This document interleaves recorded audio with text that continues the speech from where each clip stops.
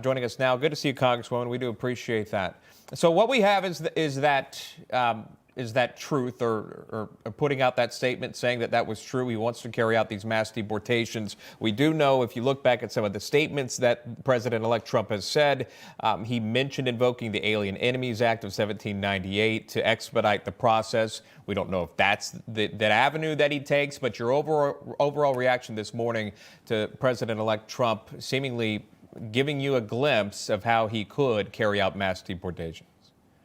I think the first glimpse that we got was him on looking at Tom Homan and naming him as his border czar. That was the first glimpse that we got, which I think is a fantastic pick. And yeah, we are going to have to take what is happening in our country seriously. We've had over 20 million people who have entered our country illegally. You look at the crime that's been happening. And so taking whatever means necessary, the Biden administration from day one started with executive orders, one after another, completely taking apart the border security that was created under President Trump's first administration. So under executive order, the Trump administration is going to have to take away those policies, like the women in Mexico that needs to be brought back, but the catch and release program that the Biden administration brought back, that ridiculous CBP app that does nothing more than get people into our country faster illegally, and also starting to take on these sanctuary cities. We have, a border bill that we passed in Congress last session,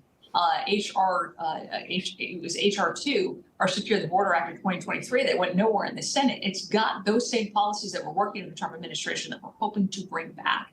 I think a partnership between Congress and this new administration moving forward is going to have to be necessary in order to get a bill passed that can actually extend longer than just an executive order. Because as we saw in 2021, when Biden came in, he took away all the executive orders that were working. So I'm very, very happy, very, very thrilled that President Trump is taking it seriously, and he's willing to do whatever means are necessary to be able to protect our country and be able to protect our citizens. Yeah, could now a GOP-led Senate give a second look to HR 2 when it comes to securing the border? We'll wait and see. But first, as you mentioned, Congresswoman, there are a number of names being floated for the Trump cabinet.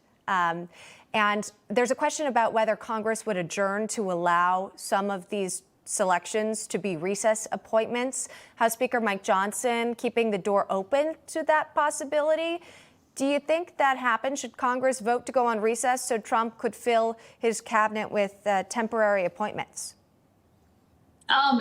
Look, we are, when we are in session, we're doing a lot more than just passing bills. So I think when we're in session, it's a good thing. Necessarily we need to be there to make sure that we are doing the job of the people. But when we are in recess, it's not recess. We're actually back in our districts and we are working. And if that's what it takes to make sure that this president has the people around him that he trusts, that have his agenda, which the American people so strongly gave him mandate to achieve, then that's what we have to do. Because if we're going to be fought from both sides, especially in the Senate, especially in this current administration, Biden-Harris administration, about what he's trying to do to set up a team, we need to make sure that we are preventing that from happening. He needs to have a body in that he can work with that has the best interests of America at heart. But you're not opposed to recess appointments by President-elect Trump?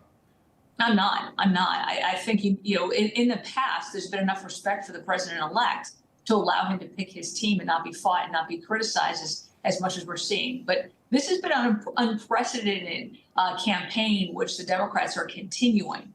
When you see the DOJ that has been empowered and emboldened and weaponized to go after a candidate like this, and now you're seeing those same kind of elected officials going after him. It is a new day in D.C., unfortunately, where we are seeing that kind of hate and division carrying through to try to prevent a president from being able to do his job as elected by the American people. So if we have to fight back in that manner, I would hate to do it. I would like to be able to think that we could have enough respect for a president-elect and his team to put them in office. But if we're going to continue to be fought on the left, we're going to have to do what we need to do to be able to make sure that that mandate is received and is able to be executed upon for the American people.